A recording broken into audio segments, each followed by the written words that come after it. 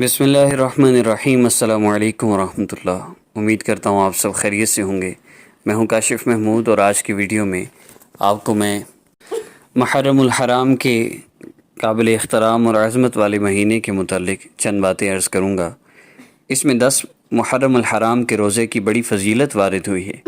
رمضان کے علاوہ باقی 11 مہینوں کے روزوں میں محرم کا یہ روزہ یعنی 10ویں محرم کا روزہ ثواب میں سب سے زیادہ ہے، اور اس ایک روزے کی وجہ سے گزرے ہوئے ایک سال کے گناہ صغیرہ معاف ہو جاتے ہیں۔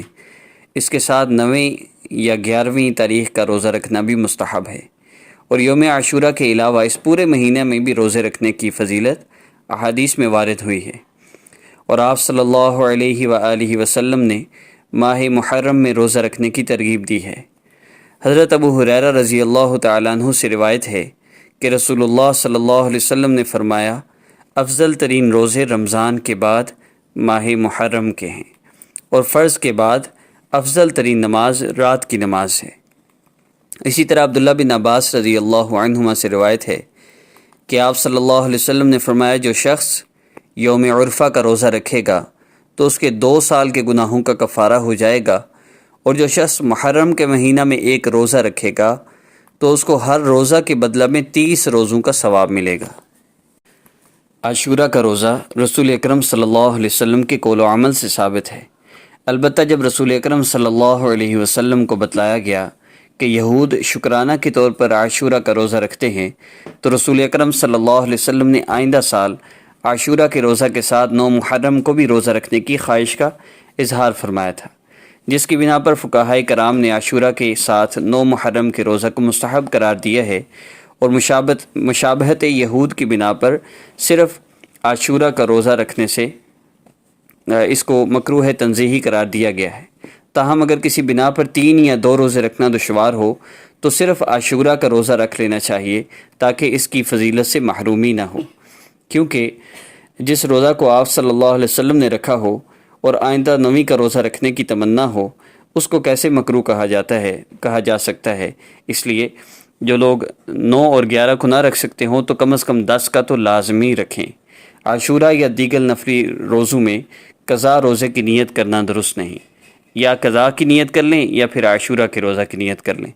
موسیٰ فرما رہے تھے کہ قضا کی نیت سے پھر اس دن کے اس فضیلت والے روزے کی اس فضیلت کا اجر نہیں ملتا۔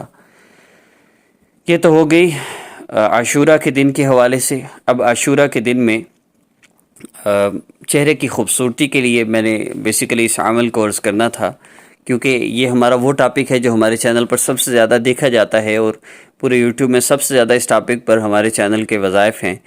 تو بات کرتے ہیں چہرے کی خوبصورتی کے حوالے سے۔ اگر آپ چاہتے ہیں کہ آپ کا چہرہ خوبصورت ہو، پرکشش ہو، اور دیکھنے والوں کے لیے جاذب نظر ہوں آپ، تو اس کے لیے آپ صرف ایک مختصر سا عمل کر لیں۔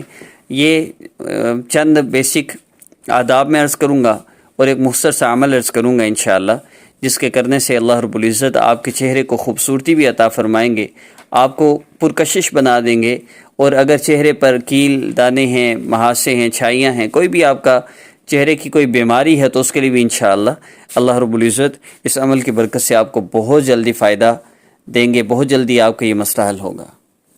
اس عمل کو کرنے کے لیے 2 بیسک چیزیں ہیں۔ پہلی چیز ہے 100% اپنے آپ کو گناہوں سے بچانا۔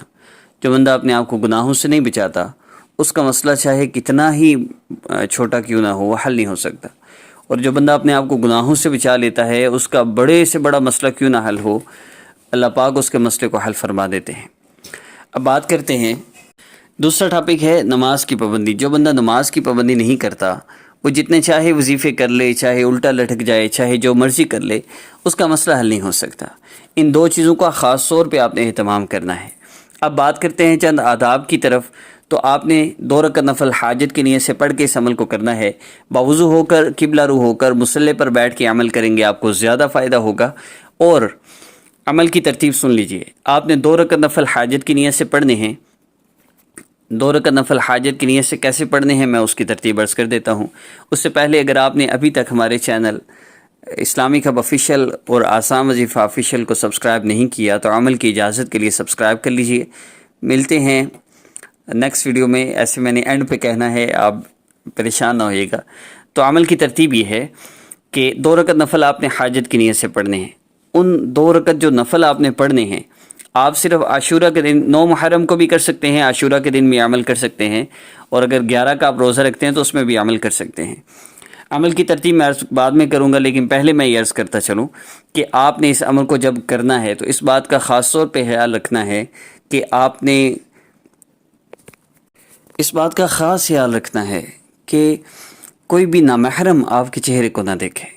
یہ بہت ضروری ہے. دیکھیے جس چہرے پر اللہ رب العزت کی لعنت پڑی ہو اس کا خوبصورتی سے کیا تعلق، اس کا کشش سے کیا تعلق. سفید رنگت سے کشش نہیں ہوتی، یہ بات یاد رکھیے گا. کشش کے لیے اللہ رب العزت نے جو جاذبیت رکھی ہوتی ہے وہ اعمال کی وجہ سے ہوتی ہے. ان اعمال سے سکون ملتا ہے، راحت ملتی ہے، چہرے پر کشش آتی ہے اور دیکھنے والوں کے لیے جاذب نظر بندہ بن جاتا ہے. اب عمل کی ترتیب سن لیجئے. 100% گناہوں سے بچانا ہے، اس میں سب سے زیادہ احتیاط یہ کہ کسی کی آپ کے چہرے پر نظر نہ پڑے، کسی نامحرم کی. اب عمل کی ترتیب یہ ہے کہ آپ نے 2 رکعت نفل حاجت کی نیت سے پڑھنے ہیں، اور ان 2 نفلوں میں آپ نے خاص طور پہ اس چیز کا اہتمام کرنا ہے کہ آپ نے تسبیحات سبحان ربی الاعلیٰ 3 دفعہ نہیں، کم از کم 7 دفعہ، 9 دفعہ، 11 مرتبہ، 13 مرتبہ، یہ جتنی زیادہ مرتبہ آپ طاق عدد میں پڑھ سکیں آپ نے لمبا سجدہ کرنا ہے. لمبا سجدہ کرنے کے لیے یہی میتھڈ ہے کہ تسبیحات 3 مرتبہ کی جگہ 5، 7، 9، 11، 13 جتنی زیادہ دفعہ آپ پڑھ سکتے ہو آپ نے پڑھنی ہے. اس کا خاص طور پہ آپ نے اہتمام کرنا ہے. ایک تو کام یہ ہو گیا کہ آپ نے لمبا سجدہ کرنا ہے 2 رکعت نفل حاجت کی نیت سے پڑھ کے.